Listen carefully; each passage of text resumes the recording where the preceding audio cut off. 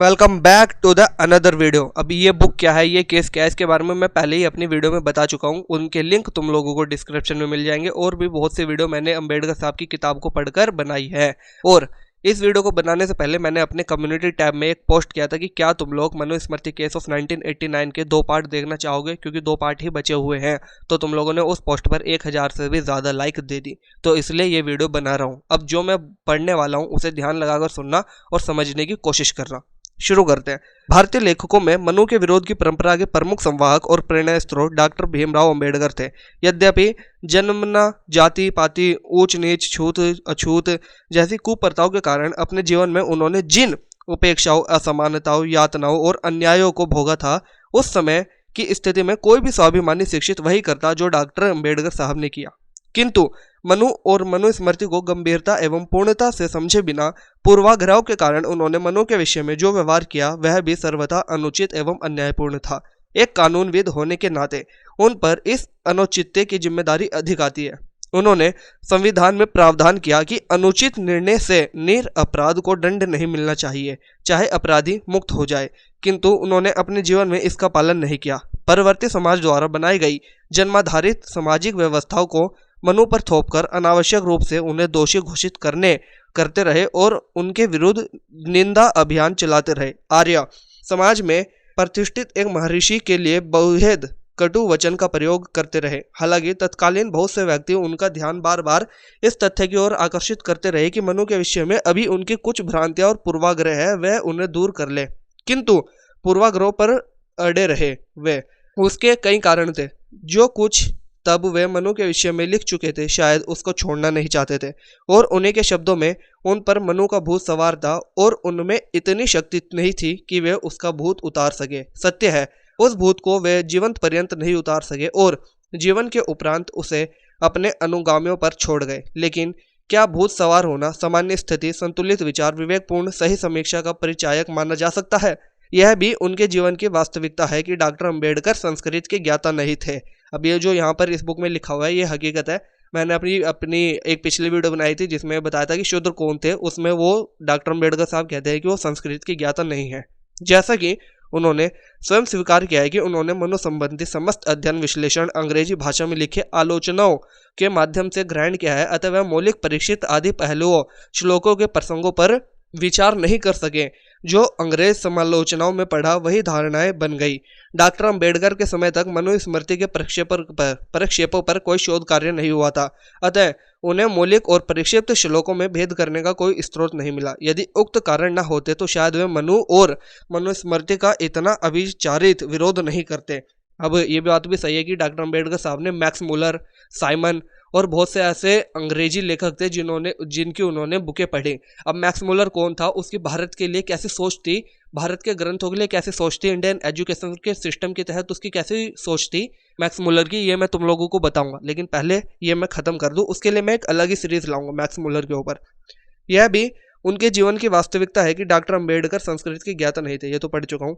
Doctor Ambedkar के मनु की वैदिक वर्ण व्यवस्था विषयक आधारभूत मंतव्यों को यहाँ प्रस्तुत करने पर चर्चा करना इसलिए आवश्यक प्रतीत होता है कि उससे उनकी समीक्षा के साथ साथ इस लेख को नया प्रमाण मिलेगा। वे लिखते हैं, एक बात मैं आप लोगों को बताना चाहता हूँ, ये डॉक्टर अंबेडकर लिख रहे हैं कि मनु ने जाति के विधान का निर्माण नहीं किया और वह ना ऐसा कर सकता था। जाति प्रथा मनु से पूर्व विद्यमान थी। भारत में जाति प्रथा, पेज नंबर यहाँ पर दिया हुआ है, इसके ऊपर भी मैं वीडियो बना चुका हूँ, पढ़ी है मैंने। यह निर्विवाद है कि वेदों में चातुर्वर्ण्य के सिद्धांत की रचना है जिसे पुरुष युक्त के नाम से जाना जाता है। हिंदुत्व का दर्शन, पेज नंबर भी लिखा हुआ है। कदाचित मनु जाति के निर्माण के लिए जिम्मेदार न हो, परंतु मनु ने वर्ण की पवित्रता का उपदेश किया है। वर्ण जाति की जननी है और इसके अर्थ में मनु जाति व्यवस्था का लेखक ना भी हो, परंतु उसका पूर्वज होने पर उस पर निश्चित ही आरोप लगाया जा सकता है। हिंदुत्व का दर्शन, ये सारी की सारी जो बात है ये डॉक्टर अंबेडकर साहब ने कोट किया अपनी किताबों में।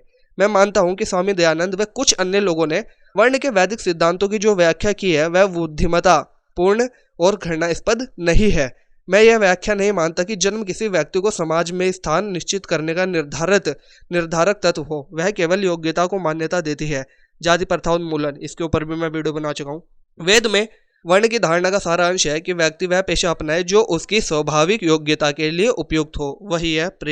वही प्रश्न नंबर जाति प्रथा उन्मूलन में। जाति का आधारभूत सिद्धांत वर्ण के आधारभूत सिद्धांत से मूल रूप से भिन्न है। न केवल मूल रूप से भिन्न है बल्कि मूल रूप से परस्पर विरोधी है। पहला सिद्धांत वर्ण गुण पर आधारित है, वही है पेज नंबर जाति प्रथा उन्मूलन में। इसके ऊपर भी मैं वीडियो बना चुका हूँ। ये सारे डॉक्टर अम्बेडकर ने अपनी किताब में कोट किया किताबों को, लाइनों को। प्रस्तुत उदाहरणों में डॉक्टर अम्बेडकर ने स्पष्ट शब्दों में स्वीकार किया है कि वर्ण व्यवस्था की रचना वेदों से हुई है। मनुष्य के निर्माता नहीं है, केवल पोषक है। वेदों की वर्ण व्यवस्था गुण कर्म योग्यता पर आधारित है, जो बुद्धिमत्तापूर्ण है और घृणास्पद नहीं है। वर्ण व्यवस्था और जाति व्यवस्था परंपरा परस्पर विरोधी है। मनु जाति व्यवस्था के निर्माता भी नहीं है। इस प्रकार मनु वर्ण व्यवस्था और जाति व्यवस्था के निर्माता के आरोप से मुक्त हो जाते हैं। वर्ण व्यवस्था के पोषक होने के कारण उन पर यह भी आरोप नहीं बनता कि उन्होंने जन्मना जातिवाद का पोषण किया।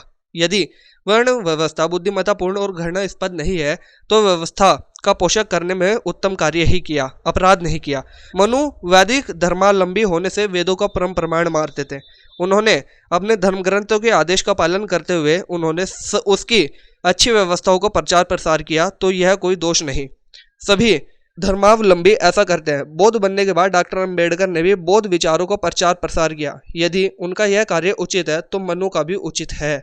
इतनी स्वीकारोक्ति होने के उपरांत भी आश्चर्य है कि डॉक्टर अम्बेडकर मनु को स्थान स्थान पर जातिवाद का जिम्मेदार ठहराकर उनकी निंदा करते हैं। परिवर्तित सामाजिक व्यवस्था को मनु पर थोपकर उन्हें कटु वचन कहना कहाँ का न्याय है।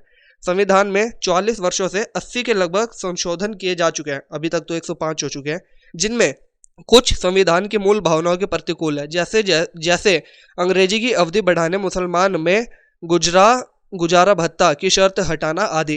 क्या इन परिवर्तन संशोधन का और भावी संशोधन का जिम्मेदार डॉक्टर अम्बेडकर को ठहराया जा सकता है? यदि नहीं तो हजारों वर्ष परिवर्तित विकृति व्यवस्थाओं के लिए मनु को जिम्मेदार कैसे ठहराया जा सकता है? डॉक्टर अम्बेडकर का मानना है कि वर्ण व्यवस्था जाति व्यवस्था की जननी है, क्योंकि वर्ण व्यवस्था का मनु ने पोषण किया था, इसलिए मनु दोष के पात्र है। कितना अटपटा और लचीला तर्क है ये, ठीक जातिवाद जैसा। जैसे किसी ने श्राद्ध नहीं किया तो वह पिछली 6 पीढ़ियों के पूर्वज सहित नरक में गिरेगा, क्योंकि वह उसके जनक और पोषक है।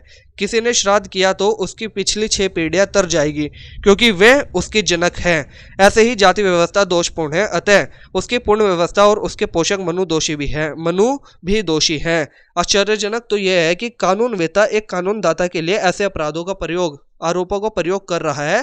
संविधान में तो डॉक्टर अम्बेडकर ने ऐसा कानून नहीं बनाया कि अपराधी को दंड देने के साथ साथ उनके माता पिता, दादा दादी आदि को भी अपराधी घोषित कर दिया जाए, इसलिए कि वे उनके जनक हैं।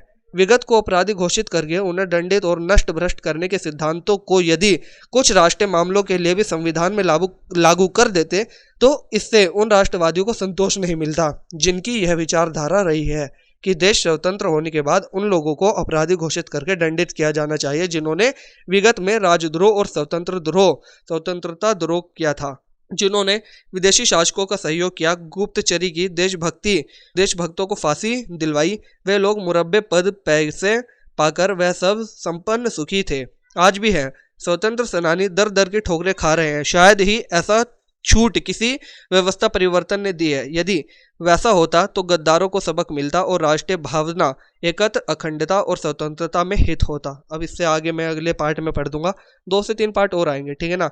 ये बहुत लंबा है, डॉक्टर अम्बेडकर और मनुस्मृति। तो वीडियो पसंद आई तो वीडियो को लाइक कर देना, बाकी चैनल को सब्सक्राइब कर देना। आगे मिलते हैं अगली वीडियो में आगे पढ़ते हुए।